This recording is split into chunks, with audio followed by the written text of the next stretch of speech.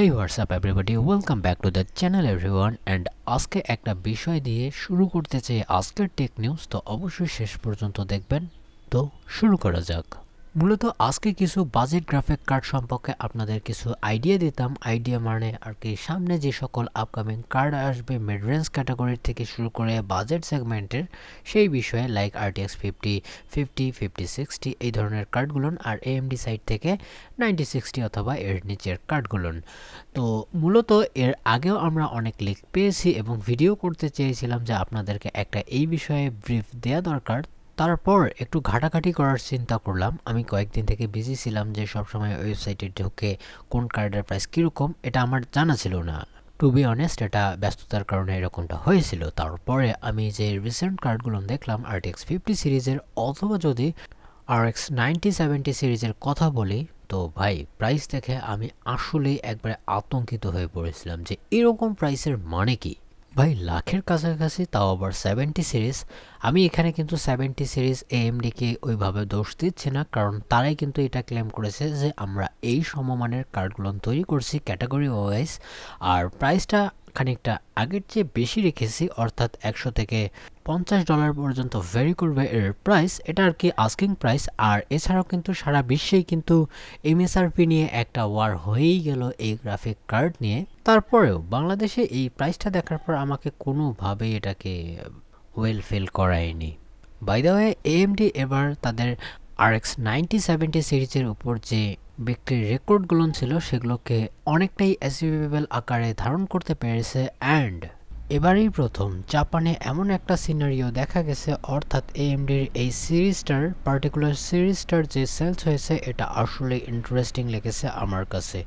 Good job AMD। তবে হ্যাঁ, বাংলাদেশে আসলে কেন জানি না এদিক ওদিক হয়ে যায় AMD-র, সেটা হোক বাজেট ক্যাটাগরির অথবা মিড রেঞ্জ ক্যাটাগরির।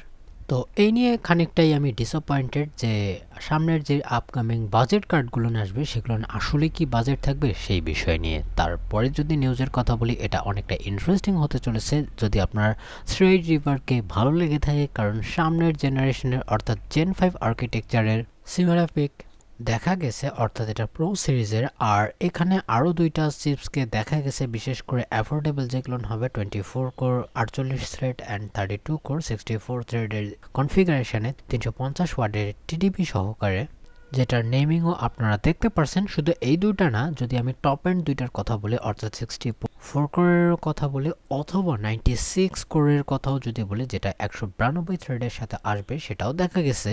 তবে শিপিং ম্যানিফেস্টে এই জিনিস দুটাকে ক্ল্যারিফাই করা গেছে যে খুব শীঘ্রই আসতে চলেছে, যেটা AMD-র জন্য আর একটা কম্পিউটিং পাওয়ারের দুর্গ হতে চলেছে। অর্থাৎ হাই এন্ড মার্কেট থেকেও কিন্তু ইন্টেলের যে সরে যাওয়ার প্রবণতা সেটা আরেকটু বৃদ্ধি পাচ্ছে। যেহেতু হাই এন্ডেরই কথা হচ্ছে, কেননা NVIDIA-র লেটেস্ট RTX Pro সিরিজের 6000 ব্ল্যাকওয়েল GPU-র কথা বলা যায়, যেটা আসবে 96GB অফ G7 মেমোরির সাথে। হয়তোবা এই সম্পর্কে কোথাও একটা ভিডিও করেছিলাম, তবে হ্যাঁ, এটা অফিসিয়ালি তারা লঞ্চ করে দিয়েছে। বাই দ্য ওয়ে, এটা একটা ওয়ার্ক স্টেশন বেস কার্ড হবে, আপনাদের পকেটে দেখার কোনো প্রয়োজন নেই। তবে হ্যাঁ, এটা ব্ল্যাকওয়েলের GB202 ডাইকেই ব্যবহার করবে, তবে ফুল ফ্যাটটাকে করবে, অর্থাৎ 24064 কুডা কোরের যে ডাইটা থাকবে সেটাই আর কি। আর আপনারা জানেন টিপিক্যাল NVIDIA নর্মাল ফাউন্ডার কার্ডের মতোই রাখছে, তবে এর সাথে আরেকটা এডিশন আসবে, সার্ভার এডিশন, সেটা একটু স্লিম হবে। Maximum TDP 600 watt. তবে 21000 থেকে 24000-এর গ্যাপটা আপনারা বুঝতেই পারছেন। তার মধ্যে আপনারা চিন্তা ভাবনা করতেই পারেন যে এটা আসলে কতটা ভালো পারফরমেন্স দেবে NVIDIA RTX 5090-র চেয়ে। ওয়েল, তো আপনাদেরকে বলি এটা অতটাও না, 5 থেকে 6% বেশি পারফরমেন্স করে থাকে রে ট্রেসিং থেকে শুরু করে আরও অনেক জায়গায়, যেটা obviously tested by the trusted people. তবে হ্যাঁ, এখানে আর একটা মজার বিষয় হচ্ছে, এখানে যেহেতু সফটওয়্যার মিল আলাদা ক্যাটাগরিতে হয়ে থাকে, অর্থাৎ এইগুলো বেসিক্যালি ওয়ার্ক স্টেশন বা হাই অ্যান্ড প্রো লাইন আপে এগুলো ব্যবহার হবে, তো গেমিং নিয়ে তো কোনো প্রশ্ন নেই। এই জন্যই তো 96GB দেখতে পারছেন। তবে প্রাইসের দিকেও খেয়াল রাখতে পারেন, 8.5 ছুঁই। তারপরের যে নিউজটি আসছে এটি মূলত এসুসকে কেন্দ্র করে, কারণ তাদের যে আপকামিং RX 9060 XT এবং নন XT-র কার্ডগুলো আসবে প্রাইম বা টাফ এডিশনের, তার পিকচার বক্স বা এই ধরনের কিছু লিক হয়েছে। যেখানে আমরা ক্লিয়ারলি দেখতে পারছি 9060 XTর মতো গ্রাফিক কার্ডও 8GB মেমোরির সাথে আসতে পারে, যেটা ডিজাস্টারের ব্যাপার হতে পারে যদি প্রাইসিং ঠিকঠাক না করে। আর ভালো বিষয় হচ্ছে এটা 16GBর সাথেও আসতে পারে। বর্তমান সময়ের জন্য শুধুমাত্র XTকেই আমরা দেখতে পারছি, তবে 2-1 দিন থেকে একটা লিক চলছিল যে এটা কবে আসবে, এই মাসের মধ্যেই অর্থাৎ মার্চের মধ্যেই কি এটা লঞ্চ হওয়ার সম্ভাবনা আছে কি না।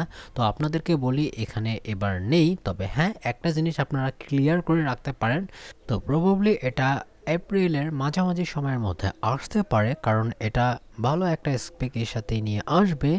এখানে আর একটা কম্পিটিটর খাড়া হয়ে রয়েছে, আর যেটার কথাই বলছিলাম অর্থাৎ RTX 5060 Ti এর ব্যাপারে 16 এবং 8GB ভেরিয়েন্টের সাথে এটা লঞ্চ হয়ে যেতে পারে 16ই এপ্রিল। আর যদি আমি স্পেকের কথা বলি তো প্রিটি কনফার্ম হয়ে গেছে, এটা GB206 ডাইয়ের সাথে আসবে। আগেই বললাম 16 এবং 8GB G7 মেমোরির সাথে।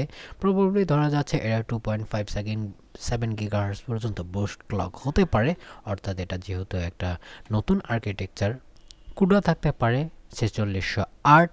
বাই দ্য ওয়ে এর G7 এর স্পিড হতে পারে 28 Gbps এর কাছাকাছি। মেমোরি বাস থাকবে শুধুমাত্র 128টা, টোটাল ব্যান্ডউইথ দাঁড়াবে এখানে 448, আর টোটাল গ্রাফিক্স পাওয়ার হতে পারে 180 ওয়াট।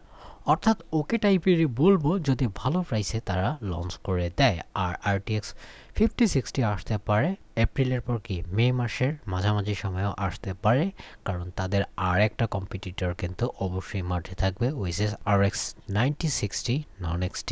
তারপরে যদি কথা বলি PCI Express 7.0 এর, ঠিকই শুনেছেন 5 বর্তমান কার্ডে আসছে অথবা SSD, আর আপনারা 7 এর কথা শুনতেছেন।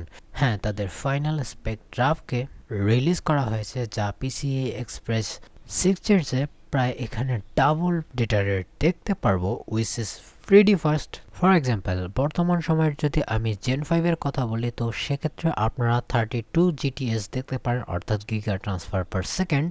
এই স্পিডে র ডেটা ক্যারি করলে দেখা যায় যে 16 লেনে অর্থাৎ ফুললি 16 লেনে 128 GBs এর মতো আমরা স্পিড দেখতে পাই।